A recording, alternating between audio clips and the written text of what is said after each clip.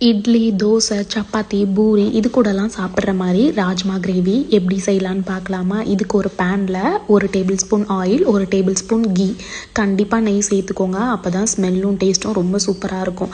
அது நல்லா காஞ்சதும் 1 டேபிள் ஸ்பூன் போல் சோம்பு நல்லா தாளித்து விட்டுருங்க. அது பொரிஞ்சதுமே ஒரு மீடியம் சைஸ் பெரிய வெங்காயமை தின்னாக ஸ்லைஸ் பண்ணி சேர்த்து இந்த மாதிரி கண்ணாடி பதம் வர வரைக்கும் வதக்கிக்கோங்க. ரொம்ப கோல்டன் ப்ரௌன் ஆக வேணாம். இது கூட ஒரு 1.5 டேபிள் ஸ்பூன் இஞ்சி பூண்டு பேஸ்ட் அதையுமே போட்டு நல்லா வதக்கிட்டு அதோட பச்சை ஸ்மெல்லாம் போனதுக்கப்புறம் ஒரு 1.5 சின்ன சின்ன தக்காளியாக போட்டு மிக்சியில் பேஸ்ட் மாதிரி அரைச்சி அதையுமே இது கூட சேர்த்து நல்லா மிக்ஸ் பண்ணிடுங்க.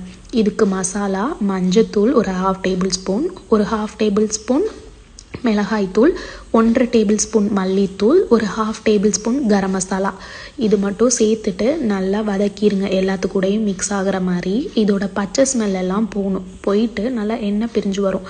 அந்த ஸ்டேஜில் ஒரு 5-6 கேஷ்யூஸை நல்லா பேஸ்ட் மாதிரி அரைச்சி இது கூட சேர்த்துக்கோங்க.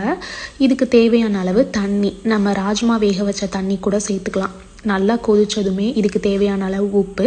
ராஜ்மாவை நான் நைட்டே ஊற வச்சு ஒரு 8 விசில் விட்டு எடுத்துக்கிட்டேன்.